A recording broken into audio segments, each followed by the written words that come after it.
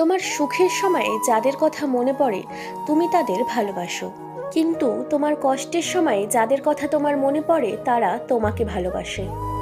প্রিয় জিনিসগুলো কেবল চাইলেই হয় না, কপালেও থাকতে হয়। লোকের চোখে খারাপ হতে গেলে খারাপ কাজ করার দরকার নেই, শুধু উচিত কথা বলবেন, মানুষের চোখে খারাপ হয়ে যাবেন। তুমি সবার সাথে যতই ভালো ব্যবহার করো না কেন, কেউ না কেউ তোমার বদনাম করবেই। হাসপাতালে ঘুরে আসলেই বুঝতে পারবেন ঈশ্বর আপনাকে কতটা সুস্থ রেখেছেন।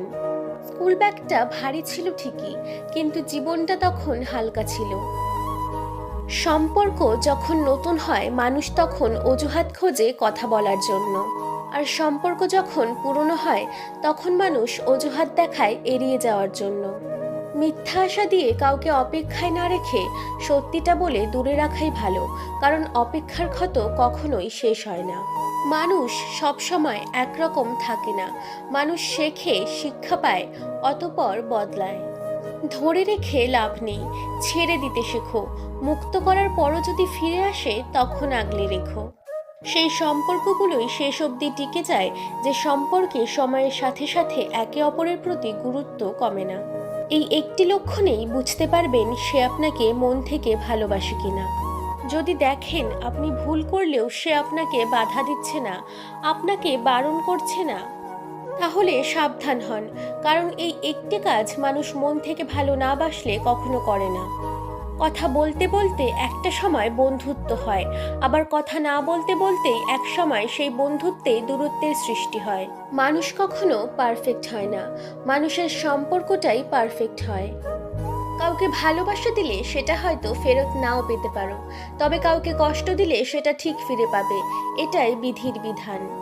যদি তোমার শত্রুর সাথে তোমার বন্ধুকে ওঠা বসা করতে দেখো, তাহলে জেনে রেখো ওরা দুজনেই তোমার শত্রু, একজন প্রকাশ্যে অন্যজন গোপনে।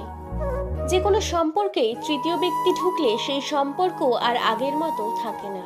যে যত বেশি কর্তব্য ও দায়িত্ব পালন করে থাকে তাকে তত বেশি বদনামের অংশীদার হতে হয়। পৃথিবীতে অর্থের গরমে সম্পর্কের তাপমাত্রা ওঠানামা করে। নিজের যোগ্যতা নিয়ে অহংকার করতে নেই, কারণ পাথর তার ওজনের কারণেই ডুবে যায়।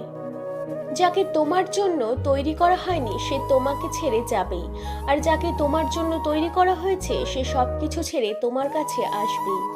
বাস্তব কি? বাস্তব হচ্ছে আপনি যার জন্য কাঁদবেন সে আপনার গল্প অন্যকে বলে হাসবে। মানুষকে গুরুত্ব না দিলে অভিযোগ করে, আর বেশি গুরুত্ব দিলে অবহেলা করে। টাকা ধার দিলে সম্পর্ক নষ্ট হয় না, সম্পর্ক নষ্ট হয় ধারের টাকা চাইতে গেলে।